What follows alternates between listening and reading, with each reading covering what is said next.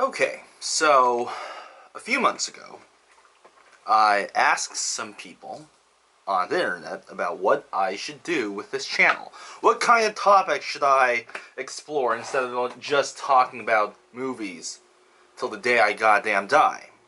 And one of those suggestions was literally just one word. It just said books.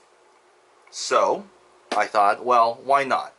I am, in fact, a reader of books, and I am, in fact, a thinker of thoughts. So I thought, why not do a list of my favorite books? Now, here's the thing. I know I don't really talk much about literature, or books in general, on this channel, but I have read quite a bit.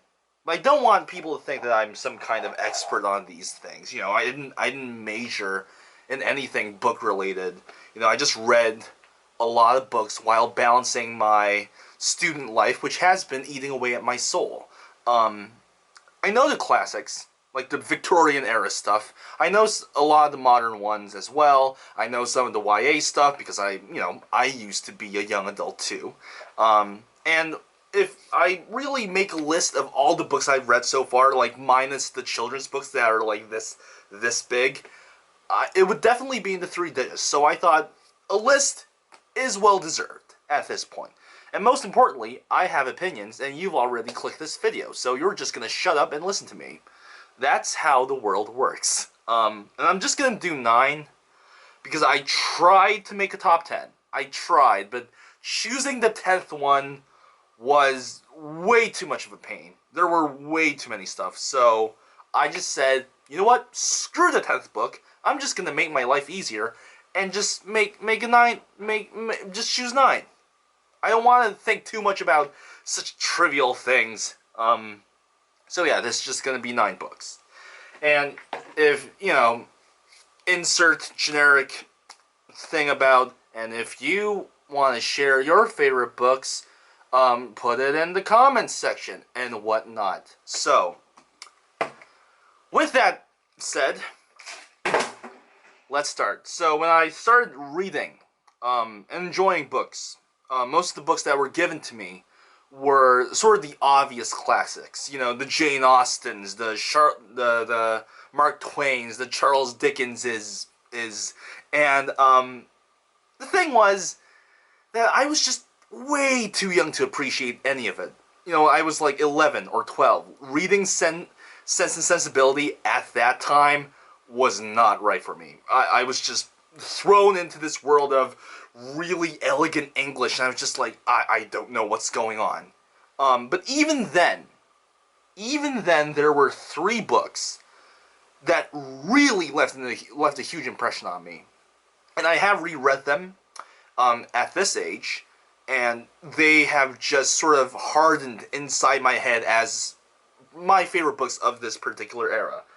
And those 3 books are George Eliot's Silas Marner. I think it's Silas Marner. I used to call it Silas Marner, but then I looked up on the internet and it said Silas Marner, so maybe that's the right term. So I'm just gonna say Silas Marner. The other one is Tess of the. Again, I've never learned how to pronounce this. It's probably not D'Urbervilles. Somebody told me it's called the D'Urbervilles. We're gonna call it the D'Urbervilles. And if I'm wrong, then I'm just gonna look like an idiot, and nobody's gonna get hurt. So we'll just go with that. And the last one is kind of obvious, but it's Jane Eyre, because it's great, and everybody should shut up about it. So let's talk about let's just call it Tess. I mean, the Roman Polanski movie was called Tess, so why not? Let's just call it Tess. So let's talk about Tess first. Here's the thing: most of the novels I read at the time, the Victorian era stuff, it was very sophisticated. The sexuality was very subtle. It wasn't mentioned at all, and that was very reflective of the time. Tess, on the other hand, was much more explicit. It's much bleaker, and it's much more mature, or maybe it's just more in your face when it comes to dealing with sexuality, revenge, very negative emotions, negative side of humanity, and it was the first time I read something so bleak and somewhat depressing and very tragic. It it took me off guard. You know, like you read all these Jane Austen books and suddenly you read Thomas Hardy and you're like, whoa, this is such a different world. And even when I was younger, there were certain images that were just embedded inside my head, like, you know, certain like descriptions of people just standing in filth, you know, carriages driving into the mists, blood dripping from the ceiling because there's a dead body that was stabbed. Just very vivid writing, and I think that was something I appreciated more now. I appreciate it more now. The very vivid descriptions, the very in-your-face descriptions. Nothing's really, well, the emotions are subtle, but when it gets to a negative extreme, it goes all in, and I think that's what makes it. I hate to say this, it makes it much more entertaining than a lot of the Jane Austen stuff. And I love Jane Austen. I've read plenty of Jane Austen to know that I like Jane Austen, but Tess is just in a whole other ballpark. But then, of course, we have to talk about Jane Eyre, which is sort of kind of in the Victorian era style, much less explicit than Tess. And yes, I much prefer Charlotte Bronte than Emily Bronte. I don't know, like Wuthering Heights. Love the song. Love the hell out of the song, but the book, again, maybe even now, maybe I'm just too young even at this point to appreciate that book, but I cannot get through it. Jane Eyre, on the other hand, is probably the most beautifully written book, not only of its era, but of all time. It's really the perfect balance of describing images and balancing out drama. It never gets overly melodramatic. Nor does it become too stiff in its, you know, balancing act, or when it comes to its, you know, descriptions of this era where women were supposed to be prim and men were supposed to be, you know, in their own way. Of course, the end is slightly melodramatic, but we can ignore that. It really is, like, at the very end when the book slightly has an overly dramatic turn. But the first time I read it, I think it was the first book where I really felt I was reading something great. It entertained the hell out of me. It's way more tumultuous than you think it's gonna be. And it's also, it's just a name that you hear all the time when you get into English or literature in general. You know, Jane Eyre is always around your head, and when you finally get to it, you think it would be just this really generic story, but no, it really gets in so deep. Again, this era is really good at describing emotions in a very subtle way, but it gets into the setting, it gets into the style, it gets into the aesthetic of it all, and I don't know. I love the book. I really do. And Silence Martyr, this was really the second book where I realized I was reading something great. The first one was Jane Eyre.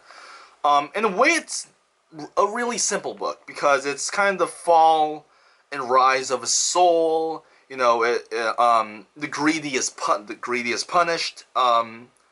It's sort of a redemption story that's not necessarily, you know, original or whatnot, but there's something about the redemption in this book that really got to me on a core level. Maybe it was because there was a child involved, or maybe it was because it was sort of the first book about redemption that I read as a kid. I don't know, something about children and something about a person persevering himself and changing for a child. Something about that gets to me, and obviously they manipulate that idea in movies all the time. You know, you see this old guy taking care of a kid, maybe it's not even his kid, maybe it's the neighbor's kid, and he becomes a better person. And in a way, Silas Marner is kind of the origin of that. And as an origin of that, you know, arc, it's great. You know, you can see why people kept telling the story again and again and again. So yeah, those are the three so-called classic novels that are in my top 9. Now let's get into comic books. So I'm not, and when I say comic books, I'm gonna use a much more pretentious term, which is visual novels, because honestly, I was never into like the superhero stuff. Not even like the Watchmen stuff. It just never got to me. I was much more into the slice of life stuff. Like that goes for anything really. Like even with anime. Yeah, sure, Dragon Ball Z, great. Cowboy Bebop, great. Azumanga Daioh though, that's my shit. So to me, portraying slice of life bits is much more interesting than the big picture, the big over the top, overly dramatic picture. And so I could have really gone with anything. Like I love Persepolis. Persepolis is amazing. Ghost World is great. The Adventures of Jimmy Corrigan is one of the most depressing things you'll ever read, but it's not manipulative. It just gets to such a real thing. But if we're really gonna get, if I have to be honest, Box Office Poison is probably my favorite one. I don't know. It really deals with a lot of different things. I have a hard time explaining exactly what it's about. It's really just about these people who are in their 20s. It's set in the mid-90s, mostly because it was published back then. I don't know. It's kind of hard to explain, but it's the one that speaks to me the most. There's a lot of themes about the loss of innocence, confusion of the future, being too afraid to try, which is one of the main themes of the book. Becoming somebody you hate. You usually being portrayed as a character, usually, and that's usually shown it with the character who sort of becomes his fodder, which is not necessarily the most original thing in the world. But when you really play it out, and when you become so raw and tense with it, it becomes really, satisfying in a way. And there's a lot of guilt. A lot of talk about guilt, and when it gets into that, it's so harrowing. And again, because it's a visual novel, there's just a lot of creative imagery here. Like, there's this one bit where they're talking about, these two guys are talking about a dead dog, and the picture slowly becomes more abstract, and at the end, it becomes a drawing of a dog with wings flying in the sky. Like, stuff like that is just so imaginative, which is really one of the great strengths of visual novels. Something you can't even describe with words, they can just do with drawings, which is why films are such a great art form in general. And it really gives every character a chance to really stand their ground and say what they're feeling, and really talk about their position in life. Like, it never takes somebody's side. Even like I said, there's a fodder character here who's clearly not necessarily a likable character, but at the end, he says something. He gets a chance to speak for himself. And for a moment, you're like, this guy's not necessarily the devil. And this author, Alex Robinson, he's not trying to portray anybody as the bad guy. He's just trying to say, in a way, he's just trying to say, shit happens. That life happens in many different ways, and sometimes what you might think you're the main character, but you're not. You just kind of end up having a really bad job, and you were just unhappy, even though you thought you were the main character, which is something very interesting about this book. It starts off from the perspective, or at least it really focuses on this one character first, and as the story goes along, it totally shifts to a different character. A character who seemed like the side character kind of becomes the main guy at the end. And that's just such an interesting narrative structure.